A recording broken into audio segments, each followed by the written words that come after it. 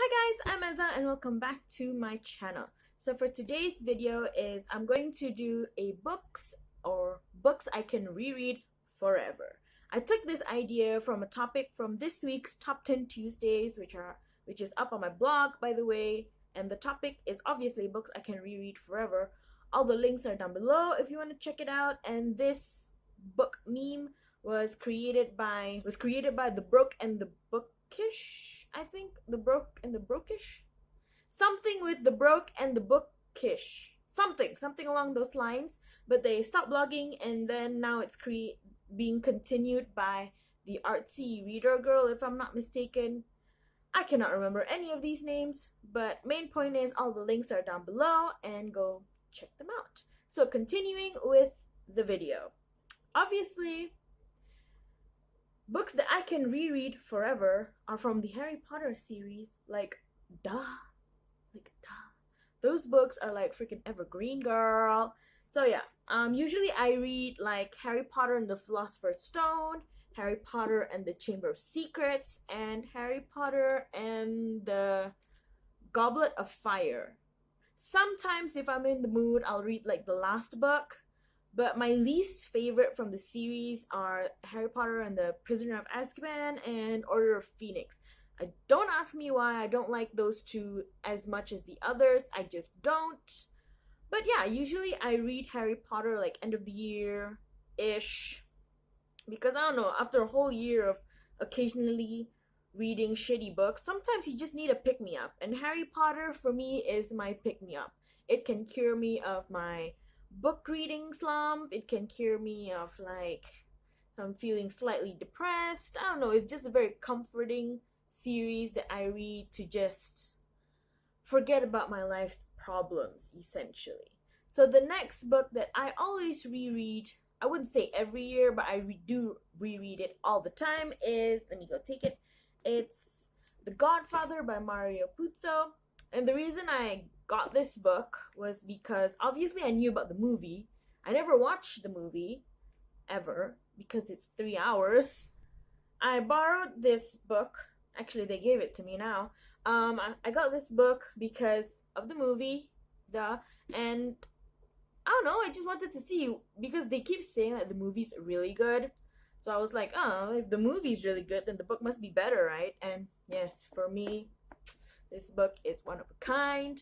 And my favorite scene is the revenge scene where Michael like kills everybody. It's like, woo, superb, superb, woo, mwah.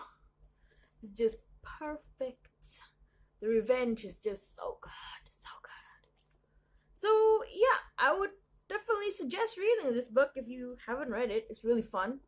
It has a lot of sex, has a lot of gore, has romance, has vengeance, revenge, family, shit like that. And yeah, so the next series that I love to reread is Percy Jackson and the Olympians. I don't have the series, by the way. I only have like the first book.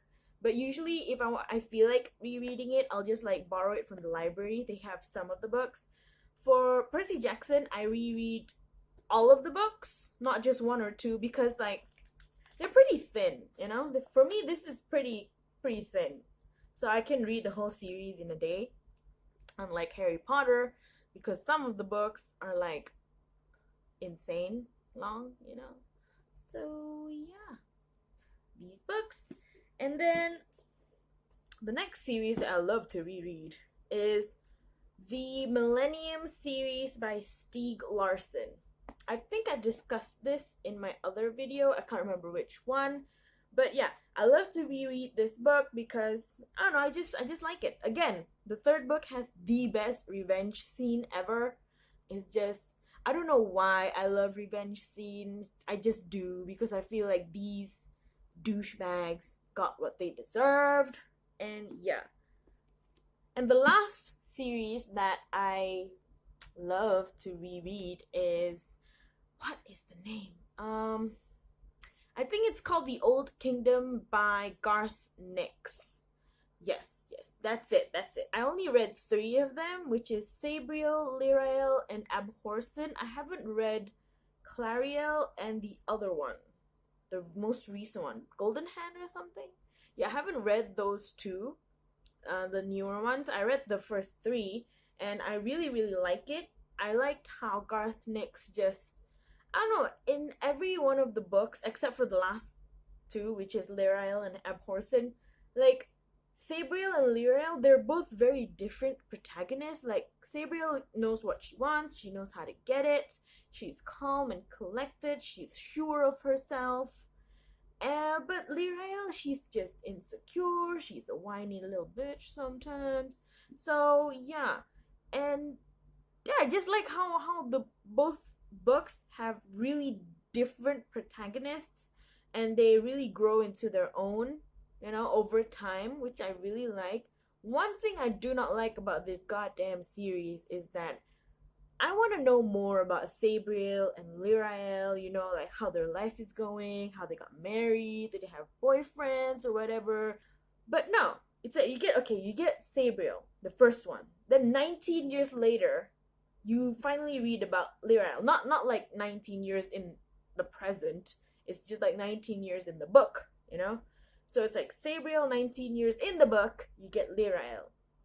So Lyrael and Abhorsen, they're quite connected. So after Lyrael finishes, directly it links to Abhorsen, so that's okay. But then you get Clariel. Clariel, if I'm not mistaken, is 600 years before Sabriel. So it's like, Garth, you just need to calm down. Can you stop moving around so many times? Like, it's just like time travel. I get that you want to write about different protagonists, but this is a bit much. Like, I want to know about these protagonists that I got to care for. Okay, I don't want to know about another protagonist 600 years before. Like, no. So yeah, I guess that's one of the reasons why I didn't really continue with the series. I can reread the other three, but like Clariel and the other one, I'm just kind of like, not really interested in reading it. I guess that's that for this video. Hope you enjoy it. Leave a like and subscribe. Bye guys.